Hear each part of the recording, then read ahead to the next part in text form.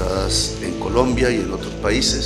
সাম্প্রতিক সময়ে আন্তর্জাতিক বিচার আদালতে ইসরায়েলের বিরুদ্ধে একের পর এক অভিযোগ ও মামলা দায়েরের ঘটনা ঘটছে। গাজায় চলমান সংঘাত এবং ফিলিস্তিনিদের উপর ইসরায়েলি বাহিনীর কার্যক্রমকে কেন্দ্র করে এই পরিস্থিতি তৈরি হয়েছে। তবে এই সম্মিলিত প্রতিবাদের পেছনে রয়েছে কয়েকটি দেশের একটি জোট, যারা আন্তর্জাতিক আইন লঙ্ঘনের অভিযোগে ইসরায়েলের বিরুদ্ধে সোচ্চার হয়েছে। এই জোটটি মূলত হেগ গ্রুপ নামে পরিচিতি পেয়েছে। হেগ গ্রুপ হলো মূলত গ্লোবাল সাউথ বা বিশ্বের দক্ষিণাঞ্চলীয় দেশগুলোর একটি জোট, যা ফিলিস্তিনিদের উপর ইসরায়েলের চালানো নিপীড়নের বিরুদ্ধে আন্তর্জাতিক আইন প্রয়োগের জন্য গঠিত হয়েছে। গ্রুপটি 25 জানুয়ারি 2025 সালে আনুষ্ঠানিকভাবে গঠিত হয়। এর প্রতিষ্ঠাকালীন সদস্য দেশগুলো হলো Belize, Bolivia, Chile, Colombia, Honduras, Namibia, Senegal, দক্ষিণ আফ্রিকা এবং মালয়েশিয়া। এই দেশগুলো একত্রিত হয়ে ইসরায়েলের বিরুদ্ধে সমন্বিত আইনি, অর্থনৈতিক ও কূটনৈতিক পদক্ষেপ গ্রহণের ঘোষণা দেয়। জোট গঠনের পেছনে মূল প্রেরণা ছিল আন্তর্জাতিক বিচারিক প্রতিষ্ঠানগুলোর উপর, বিশেষ করে আইসিজে এবং আন্তর্জাতিক অপরাধ আদালতের উপর মার্কিন যুক্তরাষ্ট্রের কংগ্রেসের চাপিয়ে দেওয়া নিষেধাজ্ঞার হুমকির বিরুদ্ধে দাঁড়ানো। হেগ গ্রুপ গঠনের মাধ্যমে এই দেশগুলো আন্তর্জাতিক আইনের প্রতি তাদের সমর্থন পুনর্ব্যক্ত করে এবং ইসরায়েলের কর্মকাণ্ডের জন্য জবাবদিহিতা দাবি করে। তাদের লক্ষ্য হলো আন্তর্জাতিক বিচার ব্যবস্থার স্বাধীনতা ও কার্যকারিতা রক্ষা করা। দক্ষিণ আফ্রিকার আন্তর্জাতিক সম্পর্ক মন্ত্রী রোনাল্ড লামোলা এই জোট গঠনকে একটি গুরুত্বপূর্ণ পদক্ষেপ হিসেবে উল্লেখ করেছেন। তিনি বলেছেন, হেগ গ্রুপের গঠন একটি স্পষ্ট বার্তা দেয়, কোনো রাষ্ট্রই আইনের ঊর্ধ্বে নয় এবং কোনো অপরাধী বিনা জবাবে পার পাবে না।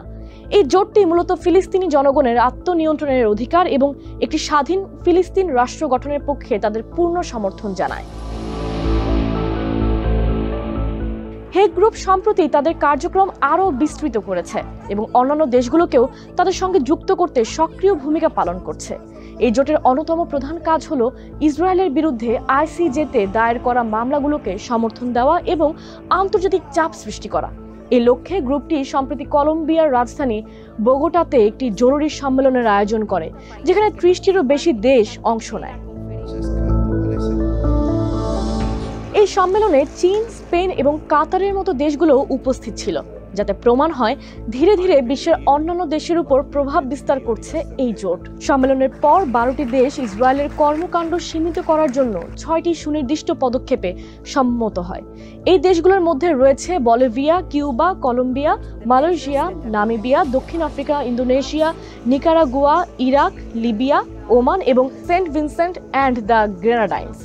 এই পদক্ষেপগুলোর মধ্যে রয়েছে ইসরায়েলের অস্ত্র সরবরাহ বন্ধ করা এবং সামরিক সরঞ্জাম বহনকারী জাহাজগুলোকে তাদের বন্দরে ভিড়তে না দেওয়া। বিশ্বের শক্তিশালী দেশগুলোর উপরও হেগ গ্রুপের কার্যক্রমের প্রভাব পড়তে শুরু করেছে।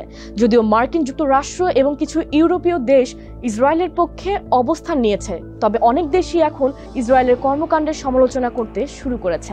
গাজায় মানবিক সংকট নিয়ে উদ্বেগ প্রকাশ করে যৌথ বিবৃতি দিয়েছে যুক্তরাজ্য, ফ্রান্স এবং কানাডার মতো দেশগুলো। ইউরোপীয় ইউনিয়নের মধ্যেও ইসরায়েলের বিষয়ে ভিন্ন মত দেখা দিয়েছে।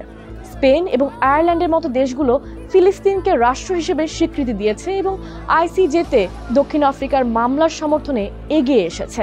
জার্মানি এবং হাঙ্গেরির মতো দেশগুলো ইসরায়েলের পক্ষে থাকলেও ইউরোপীয় ইউনিয়নের সামগ্রিক অবস্থান ধীরে ধীরে বদলাচ্ছে। দেশগুলোর জনমতও এক্ষেত্রে একটি বড় ভূমিকা পালন করছে। বর্তমানে ইসরায়েলের প্রতি সমর্থন কমতে শুরু করেছে পশ্চিমা দেশগুলোতে এবং সাধারণ মানুষ ফিলিস্তিনিদের উপর চালানো সহিংসতার বিরুদ্ধে সোচ্চার হচ্ছে। এই জনমতের চাপ নীতি পরিবর্তনে বাধ্য করছে সরকারগুলোকে। হেগ গ্রুপের মতো জোটগুলোর সক্রিয়তা এবং আন্তর্জাতিক বিচার ব্যবস্থার পদক্ষেপগুলো নিঃসন্দেহে ইসরায়েলের উপর একটি ক্রমবর্ধমান চাপ সৃষ্টি করেছে, যা নতুন এক আশার আলো দেখাচ্ছে ফিলিস্তিনিদের।